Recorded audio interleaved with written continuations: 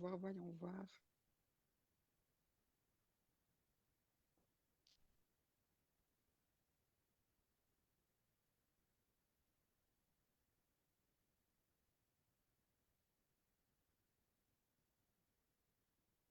Hello à tous, deuxième tentative pour ce live de la rentrée.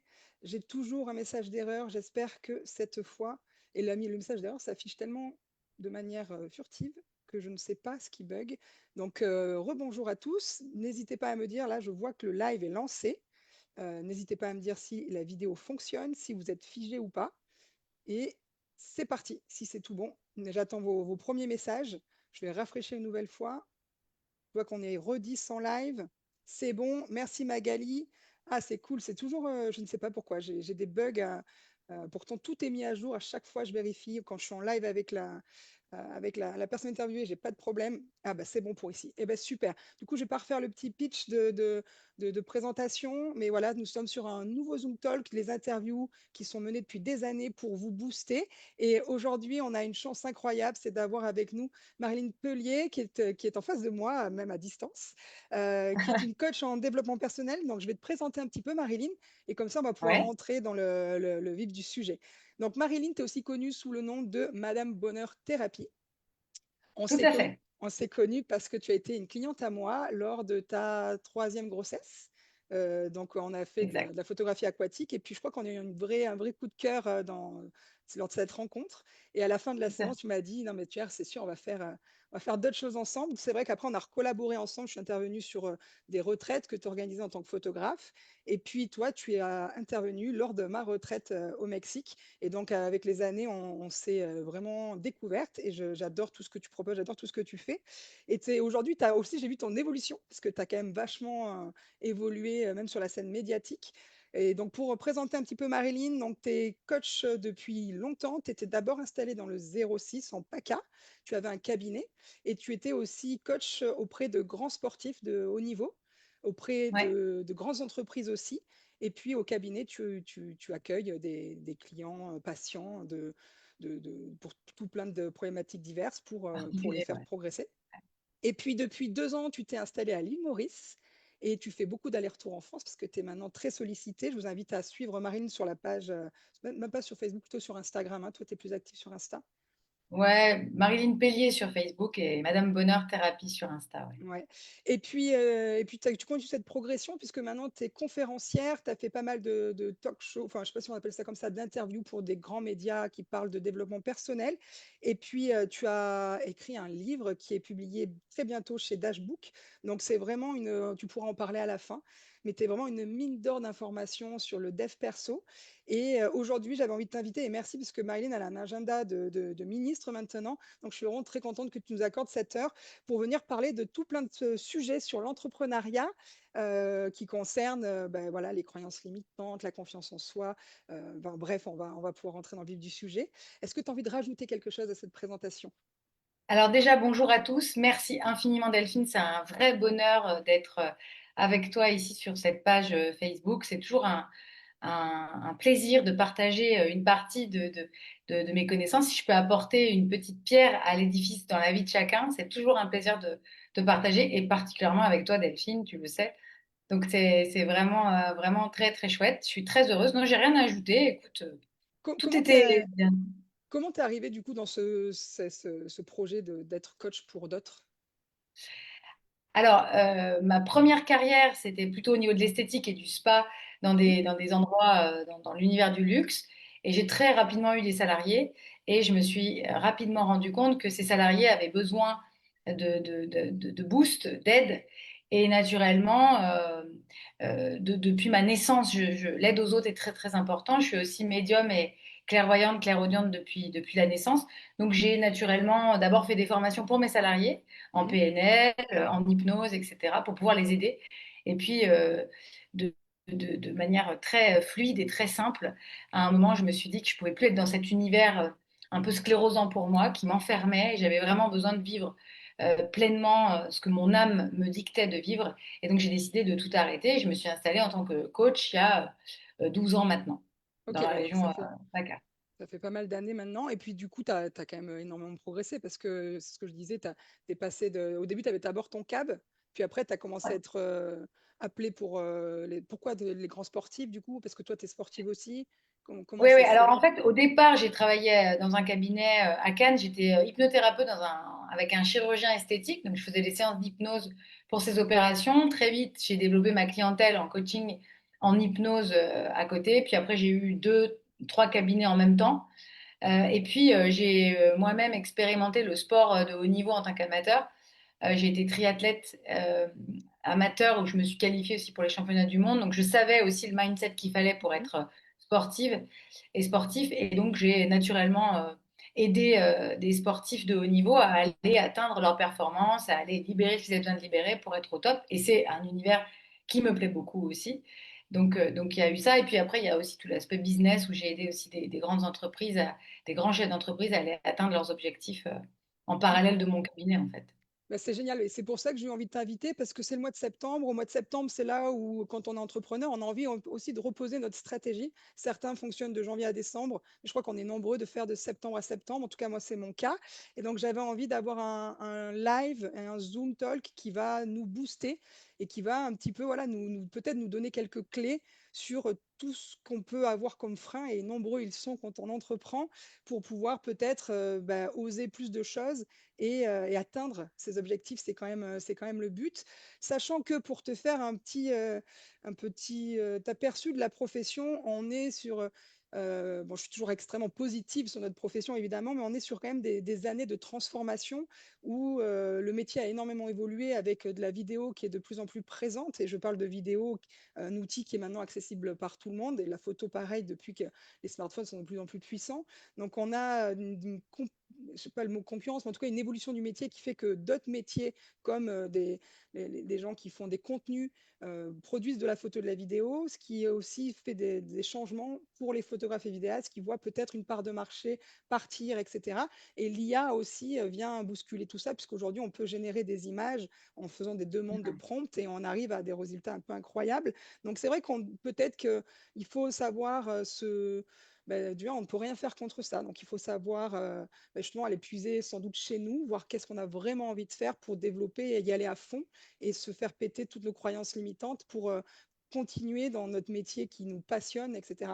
Donc, je suis trop contente d'avoir cette interview et j'invite tous les photographes qui nous écoutent à venir poser des questions tout au long du live, à venir poser vos problématiques. On a une chance incroyable de t'avoir, donc il ne faut vraiment pas hésiter voilà, à parler, à rebondir, à partager vos expériences parce que tu connais le monde de la photographie depuis qu'on travaille ensemble, mais voilà, c'est quand même quelque chose que peut-être chacun va apporter des petites idées. Donc, on va commencer par parler de ce que je disais un petit peu tout à l'heure, les croyances limitantes. Euh, Mhm. bah, bah, je te laisse un petit peu parler de ce sujet-là, mais c'est vrai que c'est un des premiers freins, je crois que dans la vie, hein, c'est même pas que chez les photographes, c'est dans notre vie personnelle, dans notre vie d'entrepreneur et dans la photographie encore plus, je pense. Alors, une chose, Delphine, avant de commencer sur les croyances limitantes, je voulais juste, tu as évoqué le mois de septembre. C'est hyper intéressant parce que le mois de septembre, on est en mois 9. Donc moi, tu sais, je suis passionnée de numérologie. Le mois 9, c'est la fin de quelque chose. On termine les dossiers qu'on a entrepris en septembre d'avant ou plutôt en octobre d'avant. Et on Mhm. vient terminer, faire un bilan et regarder un peu tout ce qui a bien fonctionné et tout ce qui a mal fonctionné. Donc c'est hyper pertinent de le faire ce mois 9. Et en plus, on est en année universelle 9. Donc, c'est pour ça que vous l'avez peut-être ressenti, mais ça bouge très, très fort. Il peut y avoir beaucoup de feu, il peut y avoir beaucoup voilà, de choses qui frictionnent. Voilà, je voulais juste te faire cette petite aparté parce que tu as parlé de septembre, tu vois. Alors, par rapport aux croyances limitantes, donc ça va être intéressant, encore une fois, je leur dis dans le chat que vous puissiez poser vos questions parce que ça me permettra d'être beaucoup plus spécifique à votre profession. Mhm. De manière générale, les croyances qu'on va avoir, positives ou négatives, vont être déterminantes par rapport à la réalité que je vais me créer. Donc, quand on parle vous avez déjà probablement tous entendu parler de croyances limitantes. La croyance limitante, c'est quelque chose qui, par définition, vient me limiter.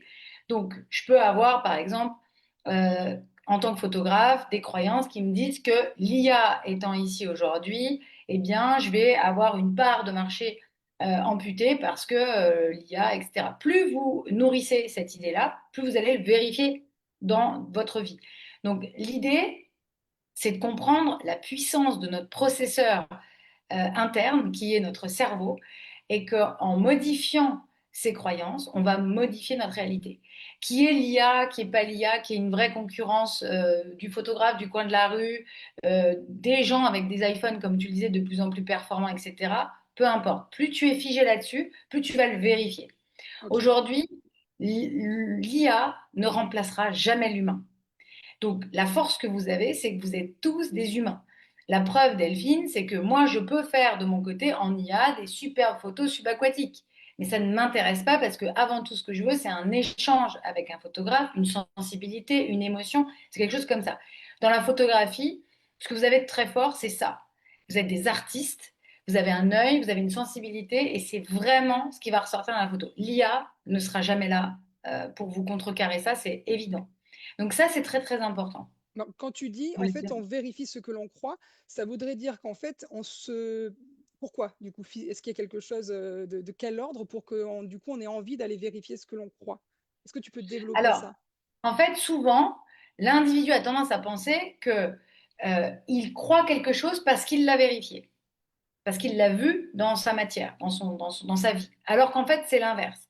C'est parce que j'ai cette croyance-là que je vais le vérifier. Je vous donne un exemple. Si parmi vous, alors on va prendre d'abord les femmes, à l'époque où vous aviez envie, ou si vous avez envie d'être enceinte, au moment où vous vous dites et vous commencez à mettre dans la tête que vous avez envie d'être enceinte, vous voyez des femmes enceintes de partout. Si tant est que vous ayez une difficulté à tomber enceinte, vous voyez des poussettes et des bébés de partout. Donc en fait, le cerveau va focaliser sur ce qu'il a envie de voir apparaître dans sa vie. Hmm. Donc, si je me focalise sur des choses négatives ou sur des manques, des choses que je n'ai pas dans ma vie, eh bien, je vais avoir tendance à toujours le vérifier. Donc, ça, là, je parle vraiment que de manière pragmatique. Plus tard, on viendra sur vraiment la manifestation et qu'est-ce qui se passe au niveau énergétique, parce qu'il se passe vraiment quelque chose. Mais vraiment, de base, c'est aussi euh, une phrase forte que j'ai dit dans ABC Talk TV avec Marc Leval, où il a fallu que je le répète plusieurs fois. On vérifie ce que l'on croit et pas l'inverse. Donc, Donc, quand si on je a... change ma croyance, je Mhm. vais vérifier autre chose. Ok. Ce qui veut dire que, par exemple, quand on a du mal à se vendre, parce que souvent, l'augmentation de tarifs, c'est vraiment j'essaie de réfléchir aux freins des photographes de manière globale, ben, on se dit toujours, non, mais là, si j'augmente mes prix, je vais perdre des clients parce qu'ils vont me trouver trop cher.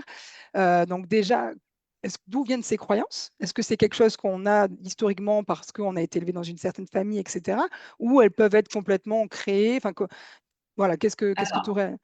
Hyper intéressant ce que tu dis, Delphine. Elles peuvent venir de beaucoup de facteurs différents. Évidemment, l'éducation, la famille dans laquelle j'ai été élevée, les résistances qu'il y avait parentales en lien avec, par exemple, le fait de se vendre, le fait d'être commercial, le fait de se montrer, le fait d'être vu. Premièrement. Deuxièmement, il peut y avoir les blessures de l'âme, les 5 blessures de l'âme à libérer.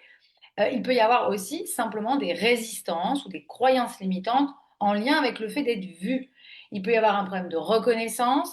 Est-ce que si je dis ça, je vais être reconnu dans ce que je dis, Mhm. etc., etc. Donc, il y a vraiment plein de facteurs. Et ce qui est très important de dire, c'est que le fait de croire ça, eh bien, pourquoi je vais le vérifier? Parce que je vais induire ça dans ma vie, donc par un biais énergétique, par un biais d'action aussi, par un biais, ma manière d'être va induire ça. Et évidemment, en face de moi, je vais attirer aussi des gens qui vont capter ça. D'accord. Et est-ce que j'aimerais bien demander sur le chat là, quelles sont des croyances ou des points bloquants, si vous aviez jamais identifié ça comme des croyances limitantes, des points bloquants qui vous empêchent de passer à l'action. J'aimerais bien avoir quelques exemples, comme ça je peux aussi t'en redonner en live. Mais des fois, ça peut être, par exemple, j'ai peur d'aller ouvrir un studio photo parce que je vais avoir des charges phénoménales et je n'aurai pas assez de clients pour subvenir à toutes ces charges et je vais me mettre dedans. Je ne veux pas changer de statut, je préfère rester en micro-entreprise parce que derrière, je vais payer beaucoup d'URSSAF, d'impôts, la TVA, je ne vais pas pouvoir gérer. Donc ça, c'est, je pense, des croyances qui reviennent assez régulièrement dans notre profession, de vouloir rester petit, de vouloir... voilà, j'attends de voir un petit peu des réponses. Tu as, des points, du coup, ou des solutions, des idées pour que tout ça, parce qu'une fois qu'on a identifié que ce sont des croyances, comment on fait? Parce que c'est bien beau d'identifier, mais comment on fait pour actionner du changement positif? Alors, alors, il y a vraiment le biais de la pensée. Donc, je vais en parler juste après. Je voudrais juste répondre à quelque chose que tu as dit. La première des choses, c'est de voir qu'est-ce qui résonne pour moi. Mhm, C'est-à-dire, quand tu me parles, par exemple, d'ouvrir un studio, j'ai des peurs et j'ai des freins en lien avec l'ouverture de ce studio, des charges, etc. C'est pas les bonnes questions. C'est-à-dire, est-ce que le fait d'ouvrir un studio, c'est quelque chose, c'est un kiff monumental pour toi? Est-ce que c'est vraiment quelque chose que tu as envie de faire? Tout le reste, c'est des peurs et des craintes. Donc, la base de tout, c'est vraiment l'envie de le faire, le désir pour faire quelque chose. Tout le reste, ben, là, on est sur des croyances limitantes, et donc il suffit de me focaliser sur, ouais, mais peut-être que j'ai des peurs et des craintes, mais je veux vraiment faire ça. Si je mm, veux vraiment faire ça, et que j'arrive, par le biais de ma pensée, à me convaincre que c'est exactement ce qu'il faut que je fasse parce que c'est ce qui me fait le plus vibrer, mhm. bah, tout le reste, c'est accessoire et on trouve toujours des solutions. Donc la meilleure des choses pour libérer en premier lieu les croyances limitantes qu'on peut tous faire à la maison, c'est d'abord d'avoir conscience qu'on a des croyances limitantes. C'est ce que j'appelle devenir conscient de sa manière d'être en pilotage automatique, d'arrêter de se laisser driver par des pensées négatives, d'abord de prendre conscience de ça, de mettre de la lumière sur l'ombre. OK. Donc là, je deviens conscient et incompétent. Donc j'ai conscience de ça, mais je ne sais pas comment faire. L'étape d'après, c'est devenir conscient, compétent. Mhm, Donc là, ben, je peux me faire aider, je peux faire du coaching, de la thérapie, je peux faire du yoga, de la méditation, je peux faire du transgénérationnel, enfin, plein de choses en lien avec tout ce qui va pouvoir me développer et me permettre aussi de savoir profondément ce que je veux faire, qui je suis. Voilà, c'est vraiment, tout est lié en fait. ouais. Donc c'est chouette. Bah, merci du conseil. Donc l'idée, c'est à un moment donné de se faire accompagner aussi ou d'avoir différents outils qui vont nous permettre de relativiser sur ces croyances, de les comprendre et de les éjecter pour suivre après son alignement et ce dont on a vraiment envie, quoi. L'avantage, en fait, c'est ça, en fait. L'avantage de l'accompagnement, c'est que ça va vraiment permettre d'être en miroir et de prendre conscience beaucoup plus vite des choses. On fait des sauts quantiques quand on se fait accompagner généralement, mais si on ne peut pas le faire ou si on n'a pas envie de le faire, vraiment, la première des choses, c'est de commencer à prendre conscience des croyances. Donc, vous prenez simplement un papier, un crayon, un petit carnet, et vous notez, OK, qu'est-ce qu'il pourrait y avoir comme croyance limitante? Quel est le frein? Quelle peur j'ai? Généralement, derrière des freins, des peurs, il y a des croyances limitantes et qui Mm, sont très souvent en lien avec notre éducation, en lien avec notre enfance et même en lien avec notre transgénérationnel. Souvent, je porte des croyances limitantes et des peurs en lien avec mes aïeux, des mm, choses que je porte qui ne m'appartiennent absolument pas et ouais. que je ne sais pas pourquoi je porte ça, hein, mais c'est en lien avec le passé en fait. Mm, mm. Moi, j'ai des commentaires assez intéressants. Je veux bien te les lire du coup, Ouais. parce que Marine n'a pas accès au live, ce qui est un décalage pour ceux qui ne savent pas trop la technique. Donc, le premier, c'est la peur de ne pas arriver à encaisser le jugement. Donc, Ouais. parce qu'elle fait j'aime pas, ça j'adore, finalement que ça soit Alors, positif ou. est-ce que la personne parle spécifiquement de sa photographie? Ah, Lydie, je te laisse compléter du coup si c'est par Est-ce que rapport c'est à ton vraiment travail ou ta personne, c'est ça ouais, l'identité de ce qu'elle propose? Ok, ben j'attends qu'elle réponde. Après, il y avait la peur de la réussite et de l'échec qui reviennent aussi. Alors, peur de la réussite, peur de l'échec, la plupart du temps, c'est en lien avec à peu près 5 personnes dans sa vie. À peu près. C'est-à-dire qu'il y a 5 personnes, de manière générale, qui sont tellement impactantes, dont le regard est tellement impactant sur nous qu'on se bloque pour l'ensemble et l'entièreté de sa vie. Et surtout, au niveau professionnel, on passe à peu près 80, enfin 70 à 80% de notre temps à travailler. Donc là, il y a vraiment quelque chose à libérer en lien avec des blessures profondes. Les 5 blessures de l'âme, je vous le dis tout de suite, on en a tous. On ne naît pas sans blessures profondes. Et vraiment d'aller chercher à qu'est-ce que ça représente pour moi la réussite? Qu'est-ce qui se passerait si je réussissais? Ce genre de questions. Qu'est-ce qui se passerait pour moi si je réussissais? Et Hmm. souvent, il y a un lien dans la famille, donc il y a souvent un conflit de loyauté. Très souvent, il y a un conflit de loyauté vis-à-vis d'un frère, d'une sœur, d'une fratrie ou des parents, et même dans le transgénérationnel. C'est-à-dire, dans ma famille, ils ont toujours été, par exemple, des ouvriers. Moi, je dénote un peu et je détonne un peu à vouloir absolument m'émanciper et à être indépendant. Ouais, ouais, ouais, c'est super Même, intéressant. et voire même gagner de l'argent. Ouais. Ouais, là, ça ramène encore à d'autres valeurs autour de l'argent. Là, du coup, Lydie m'a répondu, elle me dit, elle est un peu sur les deux, un point de vue individuel, peur d'être mal jugée, d'un point de vue pro, peur qu'on ne m'estime pas assez compétente. Ok, alors ça veut dire qu'en fait, donc alors déjà il y a un truc qui est hyper intéressant dans ce qu'elle dit. Quand Lydie dit ça, forcément, elle va le vérifier. Ça veut dire qu'elle a probablement déjà été en face de personnes qui ont mis en doute ses compétences ou qui ont mis en doute sa manière de se comporter ou d'être. Hmm. J'ai pratiquement mes deux mains à couper qu'elle l'a déjà ressenti dans sa vie. Bah, tu peux nous Donc en dire, fait, Lydie, hein, du coup, nous dire si c'est... Et pareil pour les autres qui ont parlé de la réussite et de l'échec. Dites-moi si ça résonne, que je fasse un feedback à Marilyn en live. Hmm. ce qui se passe, c'est que souvent, si la croyance n'est pas de l'enfance ou du transgénérationnel, elle naît de quelque chose de vécu. Mhm. Donc, je commence à croire ça parce que je l'ai vécu. Et comme je l'ai vécu, le cerveau est persuadé que c'est de la vérité. C'est la vérité absolue. Donc, je renforce encore plus ma croyance. En renforçant encore plus cette croyance, je le vérifie davantage. Donc, je vais être en phase de personnes qui vont encore plus mettre le doigt là-dessus pour une et seule raison, c'est que l'existence, l'âme, le chemin de l'âme va toujours te demander de venir libérer quelque chose. Donc si vous avez des schémas redondants en lien par exemple avec le manque de reconnaissance, vous allez l'avoir très souvent dans votre vie pour pouvoir le libérer. Le manque de reconnaissance est très souvent lié à l'enfance, à un besoin que le parent, l'un ou l'autre, nous reconnaissent par manque de sécurité émotionnelle. La plupart du temps, c'est un manque de sécurité émotionnelle. J'ai pas été sécurisée émotionnellement, je me suis pas construite, on en parlera après, ça va aussi, ça fait référence à la partie l'estime de soi, l'amour de soi et la confiance en soi. Et ça pourrait être totalement l'inverse, parce que si je prends mon histoire où moi, mes grandes blessures sont un peu ce que tu viens de décrire, je suis complètement à l'inverse. C'est-à-dire que je fais tout pour réussir. Parce que j'ai tellement manqué de reconnaissance que je pense, un besoin de reconnaissance et d'exceller dans tout ce que je fais, pas forcément en reconnaissance des autres, mais aussi une reconnaissance personnelle. Tu vois, donc Ouais, ça peut être... complètement. Ouais, ouais, mais c'est dans les deux sens. Mais quand tu passes par un besoin absolu de reconnaissance à travers les yeux des autres, c'est parce que tu en manques toi. Donc tu Hmm, vas chercher à l'extérieur à remplir ce que tu n'as pas.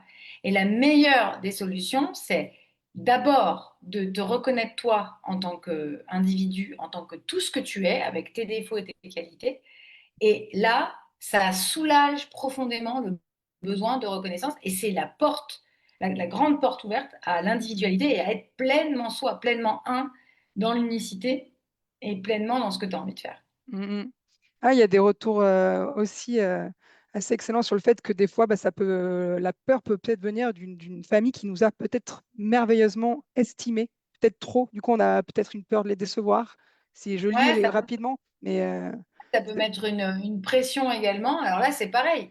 C'est pas une question, en fait. Quand il y a une peur de décevoir l'autre, ça veut dire qu'il y a une forme de redevabilité. hmm, Alors, ce qui ne doit jamais y avoir normalement entre un enfant et un parent, c'est avec tout ce que tu as fait pour moi, avec tout ce que tu m'as donné, je ne peux pas te décevoir. Alors qu'en fait, un parent aime normalement quand je dis inconditionnellement. normalement, il n'y a pas vraiment de normalité, mais un parent sain aime son enfant de manière inconditionnelle. Hmm. Donc que tu échoues ou que tu réussisses, encore une fois, enfin, tout est relatif dans l'échec et dans la réussite. Il n'y a pas de notion de plus d'amour ou de moins d'amour, en tout cas vis-à-vis d'un parent vis-à-vis de son enfant. Donc c'est encore une fois d'aller chercher ce que ça signifie. Et c'est vraiment hyper intéressant, particulièrement dans votre profession, parce que vous êtes dans les émotions. Un bon photographe, je pense, hein, de ce que je peux voir, moi je travaille aussi avec des photographes, Mhm. euh, les meilleurs que j'ai eus, dont tu fais partie, c'est des photographes qui sont portés par leurs émotions. C'est un art, la photographie. Donc, si tu te lâches pas et si tu n'es pas pleinement toi, la photo que tu vas donner va être la photo de tout le monde. Et c'est pas ce que vous voulez, justement, pour aller au-delà de l'IA, au-delà de ce que monsieur, madame, tout le monde peut faire, vous allez avoir, avec la technique que vous avez, votre œil émotionnel qui va être juste dingue. Mais c'est clair que dans la photographie, on est très nombreux à avoir une hypersensibilité, à avoir aussi des parcours assez personnels, atypiques dans nos enfances, etc. Je fais une généralité, hein, pas tous, mais c'est vrai qu'on a souvent des parcours ou en tout cas des émotions dupliquées, ce qui fait qu'on a cette sensibilité et c'est aussi la même qui va nous créer des freins. C'est bien ça le Exactement. cercle vicieux qui nous arrive et comment le transformer en cercle vertueux. Du coup, tu parlais de confiance là. J'aimerais qu'on Ouais. avance ce sujet. Ben, la confiance et l'estime de soi. Du coup, parce que c'est pas vraiment lié aux croyances non plus, mais en même temps, c'est ce qui fait peut-être qu'on n'arrive pas à passer au-delà de nos croyances. Qu'est-ce que tu voudrais nous dire sur ça et comment on peut avoir une confiance qui nous permette d'avoir un épanouissement dans notre entreprise? Alors déjà, évidemment que les croyances limitantes freinent le développement de l'estime, de l'amour et de la confiance. Tout est lié, hein, c'est évident, hein. Mhm, Mais on peut aussi commencer à travailler, par exemple, sur la confiance, l'estime et l'amour. Je vais faire la différence bien distincte entre les trois parce que c'est pas la même chose. Euh, il y a plusieurs portes d'accès, en fait, hein, pour se libérer. Il n'y en a pas qu'une seule. De la même manière qu'il n'y a pas qu'une seule personne pour vous libérer ou qu'une seule technique, il y en a plein différentes et c'est bien de cumuler et d'en cumuler plusieurs. mhm, Euh, la différence en fait entre la confiance, l'estime et l'amour, l'estime, c'est vraiment la valeur que je vais me porter. Je vous prends un exemple. Si vous avez un billet de 20 euros dans la poche, vous le froissez, vous le piétinez, si vous le reprenez, ce billet aura toujours la même valeur. C'est exactement ce que vous devez ressentir. C'est pas parce que vous avez échoué, c'est pas parce que vous avez mal fait à un moment donné, c'est pas parce que on vous a dit que vous étiez pas bien, etc., que votre estime, votre valeur doit baisser. Ça fait mhm, partie intégrante de l'individu. Donc, monter son estime, c'est vraiment augmenter sa valeur. Donc, que je fasse bien ou mal, je garde la même hauteur d'estime. Et ça, c'est hyper important pour la remise en question. Je ne peux pas me remettre en question et progresser dans ma vie. L'unique progression que je peux avoir, c'est en remettant en question ce que j'ai bien fait ou ce que j'ai mal fait, enfin surtout ce que j'ai mal fait. Si j'ai pas assez d'estime et que ma valeur est trop basse, je suis incapable de me remettre en question parce que c'est trop douloureux. C'est-à-dire que je peux pas me regarder vraiment et remettre quelque chose en question. Déjà, mon estime est très basse. Sinon, je mhm. tombe en négatif. Donc la plupart des gens qui n'arrivent pas, qui sont figés, qui n'arrivent pas à se remettre en question, c'est un problème d'estime. Ils ont un Ok. manque d'estime très fort pour eux. Ensuite, l'amour, bah, comme son nom l'indique, c'est l'amour que j'ai pour moi. Donc ça ne veut pas dire se regarder le matin dans la glace et se trouver magnifique. Physiquement, on ne parle pas que de physique, ça peut en faire partie, mais on ne parle pas que de physique. On parle de s'aimer dans sa chair, c'est-à-dire d'avoir une sensation de gratitude, d'être tellement heureux avec le corps qu'on a, avec la vie qu'on a, avec tout ce qu'on a. Et même avec les difficultés, les parents qu'on a et qu'on aimerait en avoir d'autres, les frères et sœurs qu'on a et qu'on aimerait en avoir d'autres, tout ce qu'on a fait partie intégrante de l'éveil. Et c'est grâce à ces difficultés-là ou ce que je peux rencontrer dans la vie que ben, je progresse. Donc c'est vraiment aimer tout s'en être dans la globalité. Et ensuite la confiance. Donc déjà quand j'ai une bonne estime et beaucoup d'amour pour moi, la confiance se porte déjà beaucoup mieux. Mm. Et la confiance, là on parle vraiment d'action. Donc par exemple, je peux avoir une bonne estime et un bon amour de moi, mais par exemple décider de faire des conférences, ne pas être très à l'aise dans le domaine parce que je commence et avoir à ce moment-là un manque de confiance en moi. C'est le fait d'avoir une action nouvelle et de manquer de confiance en moi pour cette action-là. Plus je le fais, ben, plus j'ai confiance. Et souvent, on confond la confiance et l'estime surtout. Mm. Donc, les gens me disent, j'ai pas confiance en moi. C'est pas de la confiance, c'est un manque d'estime et d'amour qui engendre aussi, qui renforce le fait d'avoir un manque de confiance. Ah, c'est super intéressant. Je ne sais pas si ça vous parle. Faites-moi des retours. Ils sont calmes là. Vous êtes calmes? Faites-moi des retours. Dites-moi si ça vous parle. Et donc, pour finalement passer à l'action, ça voudrait dire donc encore une fois travailler sur soi pour s'estimer à sa juste valeur, s'aimer à sa juste valeur. Et pour la confiance, ça serait un passage à l'action et se challenger régulièrement, ce qui permet de nous prouver au fur et à mesure qu'on est capable et de monter en compétences, savoir s'adapter, accepter de nouveaux challenges, etc. Ouais, alors je dirais d'abord augmenter l'estime et l'amour, parce que faire ça, se challenger sans estime et sans amour, autant te dire que c'est très très compliqué. Ouais. Donc c'est d'abord vraiment augmenter l'estime et l'amour, avoir une belle valeur de soi-même dans ses parts d'ombre et dans ses parts de lumière, comprendre que un individu a toujours des parts d'ombre et de lumière. Ça n'existe pas un individu qui est juste lumineux tout le temps. Ça n'existe pas. Donc, accepter. Là, on parle aussi d'acceptation, de tolérance, d'être doux avec soi-même. Puis ensuite, par rapport à la confiance, bah, le meilleur moyen d'augmenter la confiance, bah, c'est d'y aller, c'est de passer à l'action. Mmh. C'est aussi comme ça qu'on enlève l'angoisse, hein. Le meilleur moyen d'enlever l'angoisse, bah, c'est de passer à l'action. La Ouais, c'est plupart clair. du temps, quand on angoisse, on a une idée en boucle. Généralement, fais ce que tu as dans la tête, il n'y a plus y a plus d'angoisse. Ou fais un planning de ce qui t'angoisse, il n'y a plus d'angoisse. Ouais, non, c'est clair, mais ça a l'air tellement facile, mais souvent, quand tu manques de confiance et que tu n'oses pas passer à l'action, c'est parce qu'il y a des croyances derrière, etc. Du coup, pour revenir à l'estime de soi, qui me semble être un vrai sujet qui revient chez les photographes, parce que des fois, moi, j'ai dans mon réseau des photographes, mais tellement compétents, qui sont des photographes merveilleux et qui n'arrivent pas à fonctionner peut-être bien en tant qu'entrepreneur parce qu'ils n'arrivent pas à se mettre en avant, pas se mettre en avant, mais justement à s'estimer à leur juste valeur pour être au bon prix, pour pouvoir avoir un entretien avec un client professionnel parce qu'il y a des freins sans cesse qui les bloquent à la prise de parole en public, avec qu'est-ce qu'il va penser de moi, etc. Comment on travaille cette estime de soi? De la même façon qu'on va travailler les croyances? Ou tu as des clés, Alors, des... encore une fois, alors là, l'estime, c'est un peu plus touchy que les croyances pour le travailler seul. Moi, je préconise vraiment de faire un petit suivi. Mais si je pouvais donner un tout petit tips comme ça à la maison, c'est de faire un petit reminder, un petit feedback sur tout ce que vous avez réussi à faire dans votre vie. Hmm. Il y a énormément de choses que vous avez su faire, mais le cerveau s'habitue à ça et souvent on a une haute exigence de nous-mêmes, un côté aussi, on se demande beaucoup de choses. Et donc de juste regarder tout ce que j'étais capable de faire, tout ce que j'ai fait depuis aujourd'hui, et de le valoriser et de l'estimer, en fait. Ouais, Vraiment, valorisation, c'est la même chose, de l'estimer, de le valoriser et de me remercier.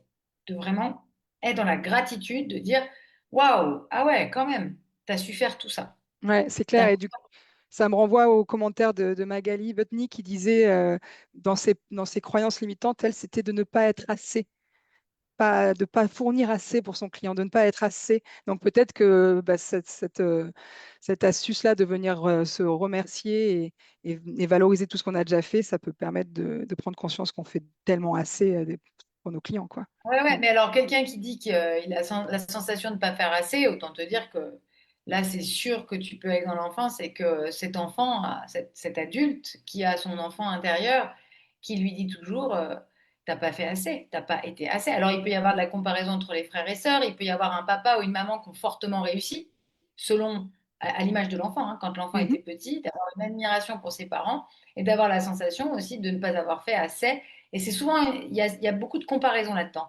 Dans le assez, il y a beaucoup de comparaisons. Et puis, il y a aussi des gens qui sont hyper empathes, souvent, avec Mm. beaucoup d'empathie. Donc, qui ont tendance à vouloir absolument combler l'autre. Là, on est aussi sur la blessure de l'abandon. On pourrait trouver beaucoup, beaucoup de choses. Ouais. Et le syndrome de l'imposteur, qu'est-ce que tu aurais à redire? Je vois les notes au fur et à mesure. Ouais. Alors, syndrome de l'imposteur, ça dépend comment il se traduit. Juste essayer de me préciser un petit peu quel est le ressenti. Ça veut dire que alors, ça peut être par exemple en tant que photographe. Je suis photographe, plutôt, j'ai conscience que je suis plutôt bon dans ce que je fais, mais j'ai pas fait d'études pour le faire. Il peut y avoir ça. Je l'ai Ouais. déjà retrouvé. Ce côté diplôme, j'ai pas de certification ou de diplôme Exactement. pour me Alors, retrouver là. ce qui peut tout de suite aider, c'est d'avoir bien conscience que généralement, moins il y a de diplômes, plus il y a de système D, plus il y a d'autonomie et plus il y a de capacité à s'adapter, à trouver des solutions et à s'adapter. Généralement, les gens qui n'ont pas fait d'études, en tout cas des études scientifiques, ce sont des gens qui ont une hyper adaptabilité. Et c'est une très très grande force aujourd'hui, notamment dans votre profession, pour pouvoir rebondir, faire une pirouette arrière face à l'IA ou au super iPhone de mon client qui te dit pourquoi je te paierais tes photos de 1000 balles alors que mon iPhone, il me fait des photos de dingue. Mm. Donc c'est vraiment cette capacité à pouvoir tout de suite rebondir beaucoup plus facilement que quand on a fait des études. Ensuite, l'autre syndrome de l'imposteur, ça pourrait être, bah, j'ai démarré tout seul avec un iPhone ou avec un petit appareil photo. et qui je suis moi pour prétendre devenir photographe, avoir une plaque en tant que photographe? Ben, j'ai envie de vous poser la question à l'inverse. Pourquoi pas? Enfin, qui vous empêche de le faire? Est-ce qu'il y a vraiment quelqu'un qui, dans votre vie, le juge de vie qui dirait, alors toi, tu as le droit d'être photographe, toi pas, non, toi, ton art, il est pas... C'est de l'art, encore une fois, c'est de l'art. Il y a bien des gens peintres, là, les peintres, on n'en parle pas, hein. C'est-à-dire que vous êtes comme un peintre. Un peintre qui prend un pinceau, des fois qui fait un trait noir comme ça sur une toile, il vend ça des fortunes. Est-ce que vous pensez que ce mec, il s'est posé la question de savoir si, bah ouais, mais l'autre, il fait pas ça. C'est la même chose pour les photographes. Et vous avez Mhm. tendance à oublier ça. Ouais. Votre profession, c'est un art et il n'y a personne qui peut vous donner de jugement sur de l'art. C'est relatif, la beauté d'une photo, c'est subjectif et relatif. Mm. Donc, c'est vous qui vous autorisez, c'est vous qui vous reconnaissez en tant que photographe, encore une fois. Et alors, s'il y a bien une profession où on ne peut pas dire, je veux dire, au niveau juridique, tu es avocat, tu es médecin, tu ne peux pas trop jouer entre les lignes. Enfin, ton univers de jeu est quand même assez restreint. Mais dans Mm. la photographie, tu peux faire tout ce que tu veux. Ouais, ouais, c'est clair. C'est clair, parce que je sais de lire en même temps, parce qu'il y a pas mal de Ouais, ouais, points. Donc, il y a vas-y. Hugo qui faisait une note assez intéressante, parce qu'il disait qu'il avait des grosses difficultés dans la communication, et il me parle d'un handicap. Alors, je pense qu'il y a marqué audition, il manque une lettre, donc peut-être il est malentendant, je ne sais pas, Hugo, tu pourras me Ouais. préciser. Et il ne sait pas si c'est du coup ça qui le bloque ou si c'est une croyance limitante du fait que ça ne lui a jamais rien apporté d'avoir une bonne communication dans son business. En gros, car j'ai jamais réussi dans le passé à trouver des clients via ma communication. Donc, il doit les trouver peut-être par d'autres biais, d'autres forces. Qu'est-ce que tu en penses, Ouais. toi? Alors, c'est hyper intéressant. Si par exemple, il est malentendant, il a forcément décuplé d'autres sens que les autres n'ont pas. Donc Mm. c'est vraiment là-dessus qu'il va falloir jouer. Donc c'est vraiment qu'il arrive à trouver quelle est pour lui sa zone de génie. C'est ce que j'appelle souvent voilà, la zone de génie. C'est qu'est-ce qui fait que naturellement je fais des choses et quand je fais naturellement cette chose-là, je le fais très bien. Je fais pas d'effort pour le faire. Plus vous travaillez cette zone de génie, plus vous allez être génial dans Mhm. cette Et zone-là. du coup, je rebondis parce que le live de la rentrée dernière, en 2000, on est en quoi là, 2025, en 2024, c'était comment trouver sa zone de génie avec Jérémy Guillaume. Donc, replay, et je vous invite à aller l'écouter à la suite dans la semaine parce que ça rebondit. Eh ben, c'est génial. Moi, j'aimerais maintenant qu'on aborde le fait de ce que tu en as parlé, parce qu'on fait des va-et-vient forcément, pour finalement mettre tout ça de côté, c'est de suivre vraiment ce qui nous passionne, ce qu'on désire. Donc, on parle d'alignement pour avoir de vraies ambitions. Qu'est-ce que tu voudrais développer sur ces points? Tu me parles du mindset, de plus de la manière Non, de... plutôt tu vois, moi, le fait que je prends mon exemple, quand j'ai eu ce coup de cœur pour la photographie aquatique lorsque j'ai fait ma première séance aquatique, ben, je me suis dit, c'est ça Ouais. que je veux faire. J'ai jamais douté parce que j'ai senti que ça venait me frapper de l'intérieur. Donc, souvent, je le décris comme une espèce de, mais moi, je ne sais pas comment on appelle ça, mais une espèce de puissance d'amour de ce que je voyais et ce que je vivais sur le moment. Et l'aquatique n'existait pas et j'ai réussi, bam, à développer quelque chose et aujourd'hui vivre et être formatrice et continuer à développer. Donc, me dire, moi, j'ai l'impression, dans mon cas, d'être à ma place. Et ça, cet alignement-là, comment on le trouve? Parce que moi, j'ai pas l'impression d'avoir conscientisé tout ça, déjà, d'une part. Donc, je me dis, est-ce que j'y suis arrivée par hasard? Je sais que c'est pas le mot. En plus, ça va pas te plaire. Mais tu vois, comment on arrive à s'écouter profondément pour faire ce qui nous plaît vraiment? Alors, en fait, tout ce dont on a parlé en amont, c'est-à-dire que plus je me connais, plus je me libère de mes croyances limitantes et que je ne suis pas basée sur ce qu'on m'a dit de faire ou de pas faire, etc., plus je suis à l'essence même de ce que je suis, plus j'ai d'estime pour moi, plus j'ai d'amour pour moi, moins le regard de l'autre est important, plus je vais être au cœur de mon désir. Le désir, c'est un puissant révélateur. Désirer faire quelque chose, c'est toujours une zone de génie, tout le temps. Le désir, c'est au-delà de la motivation, c'est j'ai tellement envie de faire ça. Peu importe ce que c'est en fait. Dans la Mm. photographie, vous pourriez dire j'ai trop envie de photographier des pommes. Je veux faire des pommes en noir et blanc, en rouge, en couleur. Peu importe. Si tu as un désir profond pour quelque chose, c'est là que tu trouves ta zone de génie. Et le meilleur moyen de trouver ça, c'est de se libérer de ses croyances limitantes, de ses blessures profondes, de s'extirper de ce besoin d'être qui on a envie d'être à travers le regard de l'autre. Mm. L'autre, c'est l'autre. La vie de l'autre, c'est LA plus loin VIE de l'autre. Donc, personne d'autre que toi sait ce qui est bon pour toi. Et c'est le meilleur moyen d'être excellent dans ta zone de génie à partir du moment où tu as du désir pour quelque chose. Alors, avoir du désir pour quelque chose, ça veut dire aussi tenir sur le long terme. Ouais. Parce que si tu fais quelque chose juste parce que c'est tendance, ou juste parce que ça fait gagner de l'argent, ou juste parce que ça ne marche pas. Mais non, Ça ça, va c'est se pas aligné, ouais. comme un château de cartes, ça n'est pas aligné avec ce que tu es profondément.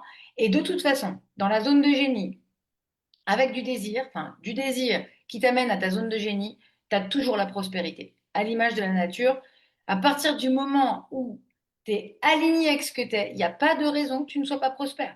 Vous avez jamais vu un arbre avec une seule feuille? Mm. Et ben, on est pareil. Il y a pas, à partir du moment où tu t'épanouis, où tu es pleinement épanoui dans ce que tu fais, il y a de l'abondance. Et tu auras, même si c'est un secteur d'activité, une niche, même dans la photographie, quelque chose d'hyper niché, bah, tu vas devenir le génie de cette niche. Mm, mm, mm.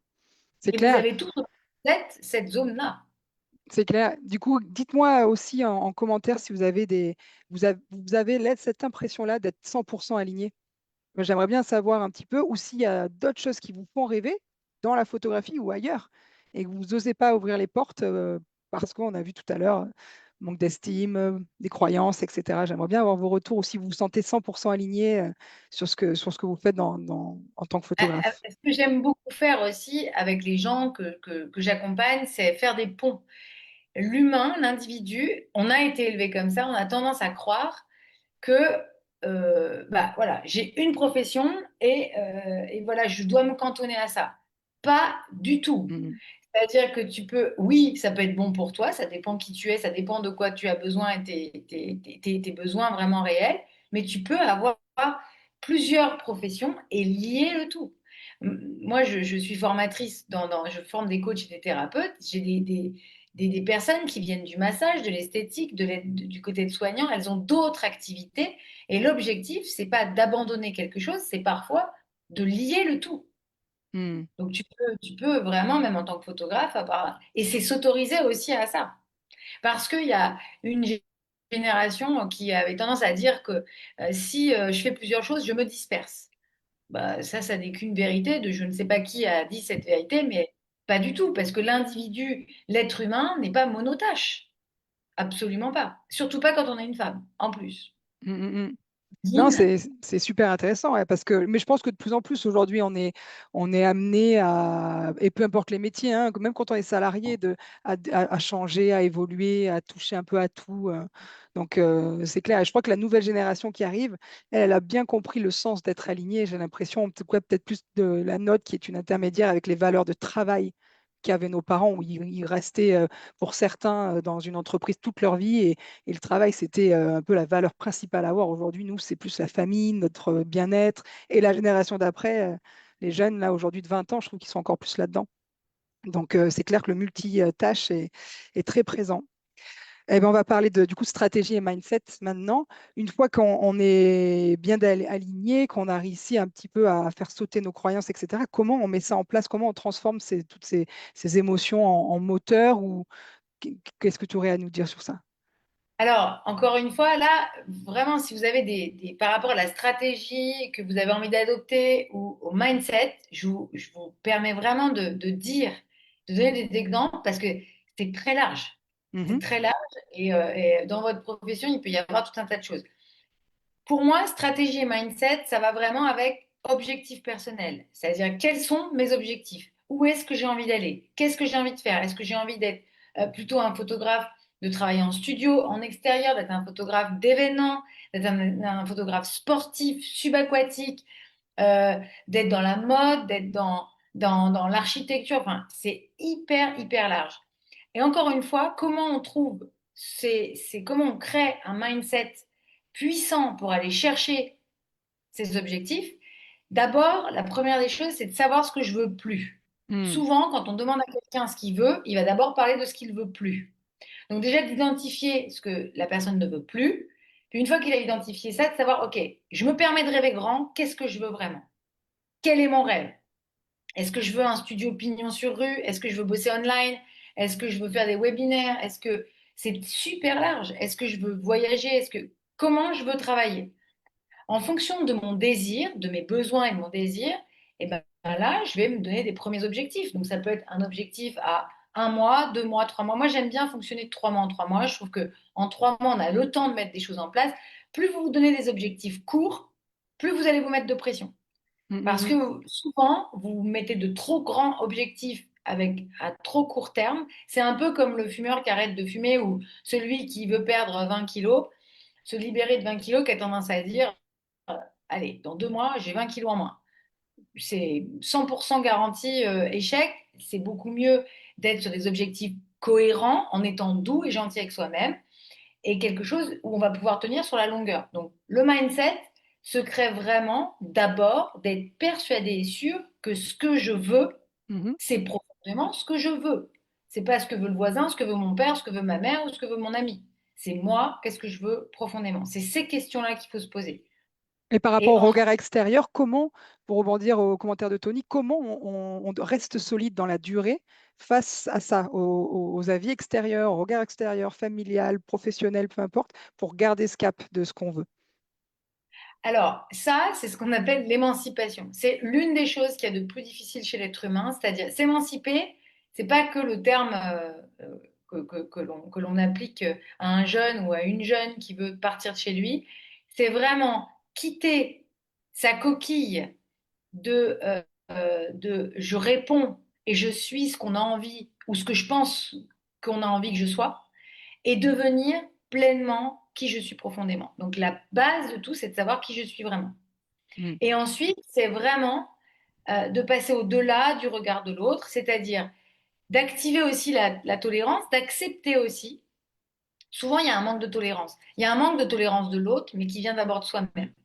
C'est accepter que je ne sois pas comme l'autre. Encore une fois, rappelez-vous bien, 5 personnes. La plupart du temps, ce manque, ce besoin du regard de l'autre, c'est 5 personnes sur les doigts d'une main. Donc ça peut être amis, famille, c'est entourage proche. Quand je les enlève, généralement, le regard de l'autre devient beaucoup plus facile et permissif. Donc c'est vraiment, qu'est-ce Est-ce que ça que veut dire? ces cinq Ouais, personnes sont des personnes vivantes ou ça peut être aussi des personnes qui ne sont plus de pas ce monde? forcément. Ah voilà, donc Ouais. en fait, c'est à nous de faire un petit peu, quand on a ces croyances limitantes sur des passages à l'action ou de qui on a envie d'être vraiment, tu veux dire que ça va être 5 personnes de notre entourage proche ou lointain ou Qui nous plus bloquent, de qui cette nous guident. planète qui bloquent. OK. Ouais, à qui on perd, c'est pas eux qui bloquent physiquement, Oui, hein. c'est nous C'est avec le. nous qui leur donnons beaucoup trop d'importance, leur regard est beaucoup trop important pour arriver à ce qu'on s'émancipe pleinement. Alors moi, je peux vous parler vraiment de mon histoire. Euh, Moi, aujourd'hui, je monte sur scène, j'ai une famille qui n'est pas vraiment pour ça.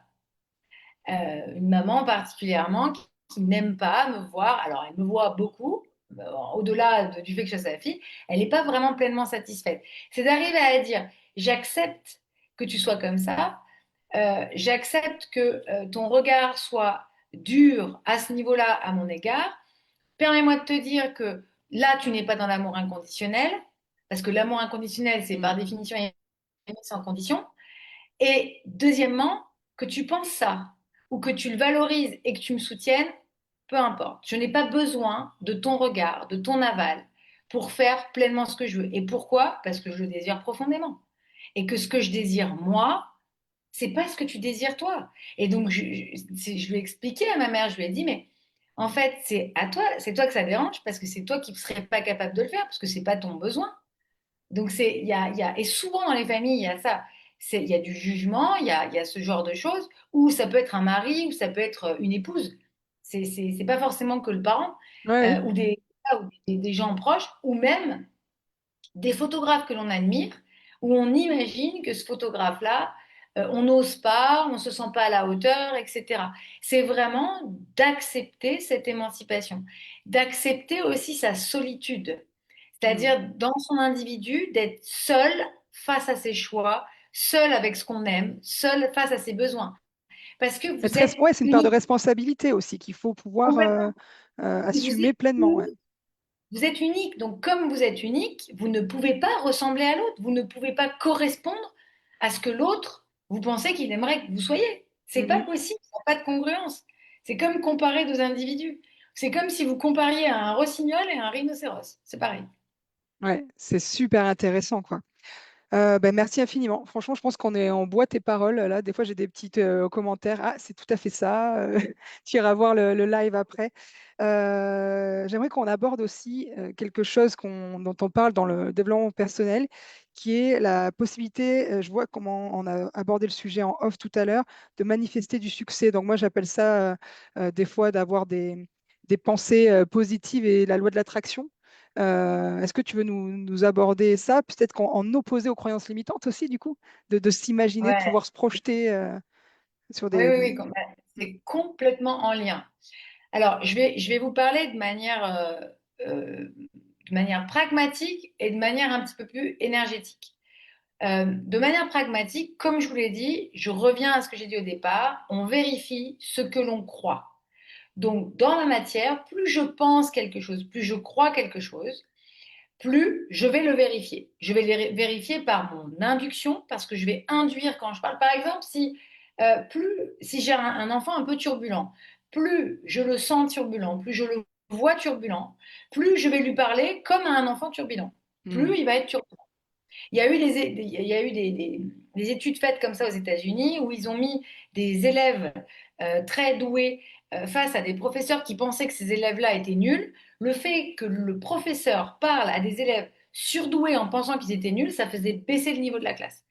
Donc c'est vraiment cette induction-là en fait dont je parle. Donc ça, c'est vraiment concrètement comment ça se passe au niveau de notre cerveau. Ensuite, la deuxième chose, c'est que le cerveau est un émetteur et un récepteur de fréquences. Donc ça se mesure comme les vibrations du téléphone. On émet tout le temps en permanence et on reçoit des fréquences. La fréquence d'une pensée positive va être haute, va avoir une haute fréquence. Donc plus je pense positif, plus mon champ énergétique autour va être avec des fréquences hautes, plus je vais capter et attirer des situations, des personnes et des opportunités de la même fréquence. C'est l'inverse des piles. On attire à soi ce que l'on vibre le plus. Hmm. Et pareil à l'inverse, évidemment, hein. Donc plus on vibre bas, plus on est en colère, plus on a des émotions négatives, plus on pense négatif, plus on va attirer à soi des expériences, des personnes qui vont nous permettre de vérifier ce que l'on croit, ce que l'on vibre. Mhm. C'est vibratoire. Donc aujourd'hui, c'est la physique quantique qui le prouve.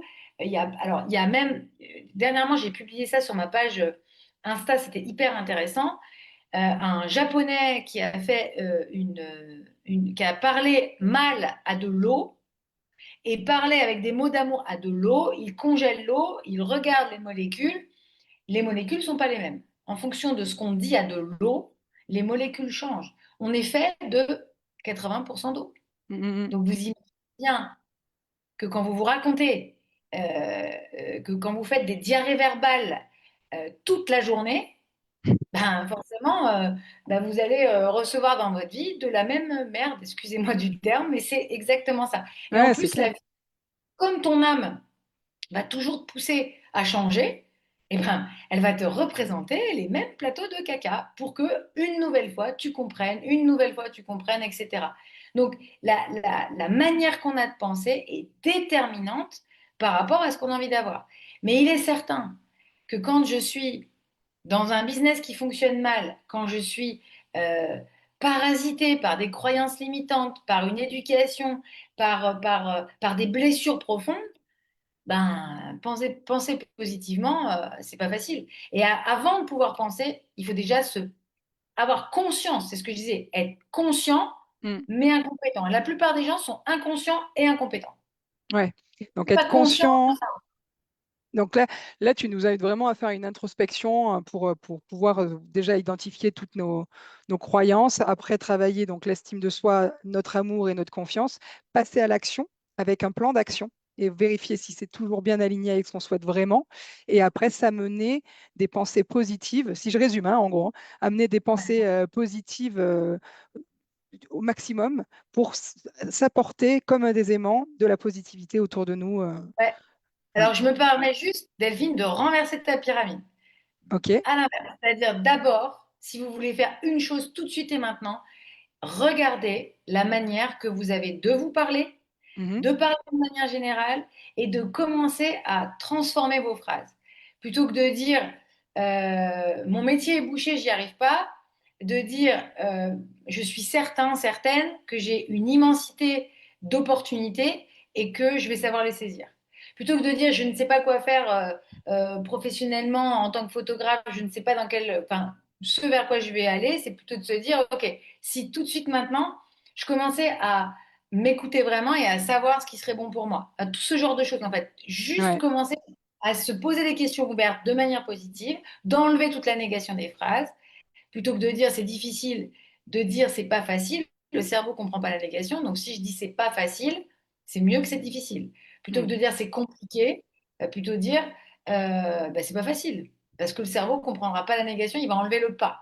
Mm, mm. Donc, il y a le côté facile. Et pareil, plutôt que voilà, de faire très attention à son vocabulaire, c'est la base de tout. C'est la porte ouverte à bah, l'envie de progresser. Et puis, on va commencer à avoir des petits changements aussi dans sa vie de tous les jours, rien qu'en parlant différemment et en pensant différemment. Eh ben, super. On arrive à la fin de ce Zoom, c'est génial. Merci pour tout ce partage. J'espère que vous êtes vraiment boostés. Est-ce qu'on a un Complètement. petit temps de questions interactives? Ouais, bah alors, si vous avez des questions, c'est le moment. On garde encore peut-être 2, 3 minutes, quelques questions. Mais non, non, c'est vraiment génial. Voilà, je sais pas, j'espère que ça vous a boosté pour mettre un peu sur papier pas mal d'idées positives vous concernant, faire un récap pour reprendre ce que tu disais tout à l'heure de tout ce qu'on a fait de bon pour se redonner de l'estime parce que c'est vrai que en fait là je voyais des copains qui me disaient des messages mais je me dis les gars tu vois la photographe syndrome de l'imposteur c'est une copine à moi elle est excellente elle a eu son portraitiste de France. Enfin, je me dis, c'est fou, quoi. Donc, ça, c'est vraiment Ah, mais aller vérifier ce qu'on a déjà atteint comme objectif. Ouais. Mm, ouais, complètement. Et puis, en fait, la réussite, quelle qu'elle soit, n'a rien à voir avec le syndrome de l'imposteur. La plupart des gens d'ailleurs qui ont le syndrome de l'imposteur sont brillants. mm, Et c'est un excès d'humilité aussi quelque part. Et si je peux me permettre de vous dire, pendant que vous me posez vos questions, c'est ce que j'ai dit dans ma dernière conférence. Moi, au départ, je suis esthéticienne, j'ai un CAP esthétique. Ensuite, j'ai eu une entreprise avec 25 salariés. Je me suis qualifiée pour les championnats du monde alors qu'à 27 ans, je ne savais pas nager. Je n'avais jamais fait de vélo de ma vie. Aujourd'hui, je suis coach et thérapeute et conférencière. J'ai écrit un livre et il y a beaucoup, beaucoup d'autres projets. Je suis sur un one-woman show, etc. Je vous dis pas ça pour vous dire que je suis exceptionnelle. Je vous dis juste ça pour vous dire que je suis exactement comme vous. Ni mm, plus, ni moins. La seule différence, c'est le désir. C'est d'arrêter d'écouter ce qu'on vous dit et d'écouter seulement le feu intérieur qui brûle et d'aller là où ça vous fait kiffer d'aller. mm, C'est mm. tout. Et moi, je me suis plantée, mais plein de fois. J'ai aussi beaucoup pleuré, beaucoup douté, etc. Mais c'est pas ça, en fait. L'idée, c'est vraiment d'être dans l'action aussi. C'est vraiment très, très important. Ouais. Il y a Tony qui demande comment cultiver la gratitude dans un quotidien où l'on court souvent après le temps et les résultats. Ah, hyper intéressant. Il a donné la réponse dans la Oui, question. je sais. C'est le pouvoir du moment présent. Ouais. C'est même si tu cours beaucoup, Tony, c'est d'arriver à un moment donné à te prendre 5 minutes ou au lever, enfin un moment opportun dans ta journée où tu vas admirer quelque chose que tu apprécies particulièrement et où tu vas te dire mais quel kiff cette vie. Mais qu'est-ce que je suis heureux de vivre ça. Et tu peux même ressentir de la gratitude de courir. Parce que peut-être que si tu cours, c'est que tu as de bonnes raisons de courir. Donc peut-être de dire, eh ben j'adore. Alors moi, je le fais par exemple dans ma voiture. Je prends ma voiture. J'ai toujours trouvé ça extraordinaire, une voiture. Tu la prends quand tu veux. Elle fonctionne la plupart du temps, tout le temps. Tu vas d'un point A à un point B. Moi, la gratitude que je ressens dans ma voiture, c'est simple. L'eau qui coule au robinet. Il y a des pays Mm, dans le monde aujourd'hui qui n'ont pas d'eau, ils meurent de faim sur le bord des routes. Ils n'ont rien. Donc c'est simplement de se dire, je me lève ou je me couche le soir dans un lit avec un matelas confortable. La gratitude, tu peux en trouver partout, partout, partout, tout le temps. mm. De regarder le sourire de ton enfant, les rires d'un enfant, l'eau qui coule au robinet, cette bonne douche chaude que tu prends le soir. Enfin, et ça, si vous mettez un peu plus de ça, expérimentez-le une semaine. Mettez un peu plus de gratitude dans votre vie. Regardez tout ce qui est beau. Ouais. et regardez juste votre manière de penser et rectifiez quelques petites choses. Vous allez voir, en une semaine, votre vie sera déjà meilleure. Vous allez déjà vous sentir mieux. Ouais, c'est clair. Ouais, bah, c'est génial. En tout cas, merci infiniment. J'ai pas d'autres questions. Je pense que tu as été déjà hyper complète. J'espère que ça vous a boosté et que ça vous a donné envie de prendre un papier et voilà, de noter un petit peu tout ce qui s'est dit là, de faire un travail d'introspection, de vous donner du temps, d'être beaucoup plus positif et que ça crée des changements positifs chez vous du coup. Et voilà, Marilyn, est-ce que tu as des actus que tu aimerais nous partager? Parce que je sais que tu as une conférence à venir.